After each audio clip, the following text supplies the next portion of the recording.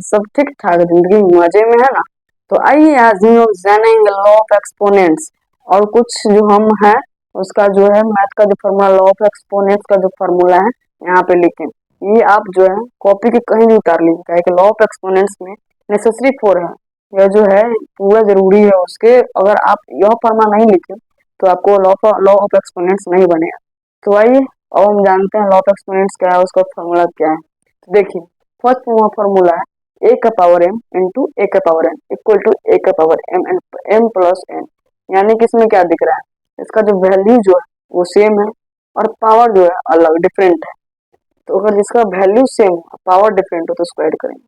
तो यहाँ वैल्यू जो है सेम है तो यहाँ ए लिख दिया, और उसका पावर जो है वो डिफरेंट है तो यहाँ प्लस कर देंगे, तो एम प्लस एन हो गया। तो अब हम लोग अब दूसरा का फॉर्मूला देखिए। दूसरा फॉर्मूला है ए का पावर एम बाई ए का power n equal to a का पावर एम माइनस एन। अगर आपको लगे कि इसका जो वैल्यू है वो सेम है और इसका पावर डिफरेंट है और बाई में रहे, तो यहाँ क्या करते हैं, इसका जो वैल्यू है वो लिख देते हैं और उसके बाद जो इसका जो पावर है वो जो है पावर एम माइनस एन या एम बाई एन है, तो इसको एम माइनस एन कर देंगे। इसको सब्ट्रैक्ट करेंगे, इसको ऐड करेंगे और इसको सब्ट्रैक्ट करेंगे। और इसके बाद देखिए ए का पावर एम इंटू ए का पावर बी का power n equal to a b by m. यानी कि जिसका जो वैल्यू है वो लिख के उसके बाद जो उसका पावर जो है, इसका पावर सेम है, वैल्यू अलग, पावर आज सेम है और इसका जो वैल्यू है डिफरेंट है। तो इसीलिए इसका जो वैल्यू है वो लिख के ए का ए बी ब्रैकेट और उसके बाद जो इसका पावर जो होगा वो एम वो लिख दिया।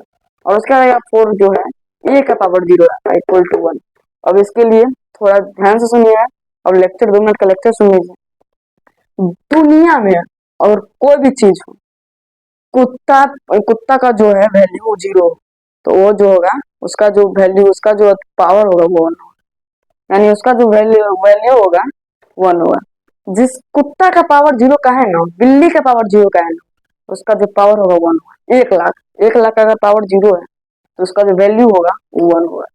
अगर ये घर का जो है, ये घर, उसका जो पावर जीरो हो तो उसका वैल्यू जो होगा वो वन होगा। यानी हम इतना सिंपल से कह देते हैं और कोई भी चीज हो और उसका पावर जो जीरो हो तो उसको जो है वो जो होता है उसका जो वैल्यू होता है वो वन होता है। तो हम आपको यहाँ दिखा सकते हैं ए का power zero equal to one, देख सकते हैं। और उसके बाद आपको हमको लगता है कि आप लोग ये पूरे फॉर्मूला समझ गए होंगे। अब आइए अब इससे थोड़ा कुछ क्वेश्चन बना देते हैं। फर्स्ट ए का पावर एम इंटू ए का पावर एन। इसका जो फर्स्ट क्वेश्चन है वो है 3/4 इंटू 3 का पावर 1/4 हो गया। ये क्वेश्चन है। अब इसको सॉल्व करते हैं। 3, तो इसको क्या करेंगे, 3 का पावर 4 तो यहाँ 3 का पावर 4 प्लस 1 का पावर 4, और ये हो गया।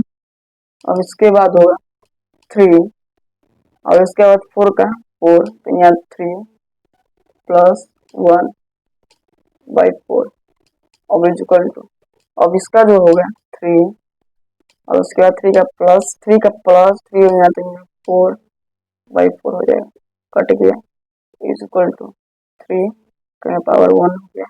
यानी कि 3, इसका जो आंसर हो गया 3 हो गया। अब ये देख सकते हैं ये जो क्वेश्चन है ये हमारा इस फार्मूला का क्वेश्चन है, इस फार्मूला का क्वेश्चन है। अब इस फार्मूला का क्वेश्चन देखते हैं।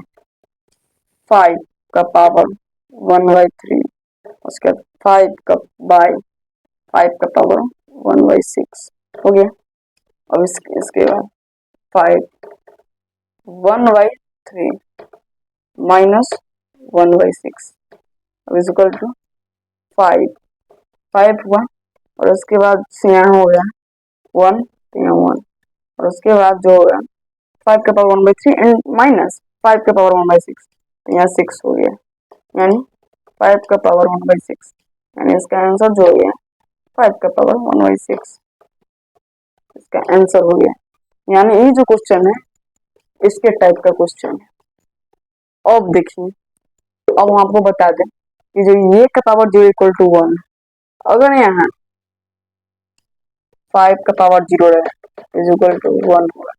क्या हम आपको पहले इसके बारे में आपको 2 मिनट बताए हैं कि 5 का पावर अगर a का पावर 0 है तो इसका इक्वल टू 1 कैसे होगा। कहा है कि आपको यहाँ पे अगर किसी का पावर जीरो, 1 लाख का पावर क्यों ना जीरो रहे, तो उसका जो होगा वैल्यू जो होगा 1 होगा। इस बोर्ड का जो पावर है वो जीरो है, तो उसका पावर 1 होगा, वैल्यू 1 होगा। उस फोन का जो है वैल्यू पावर जीरो है, तो उसका वैल्यू 1 होगा।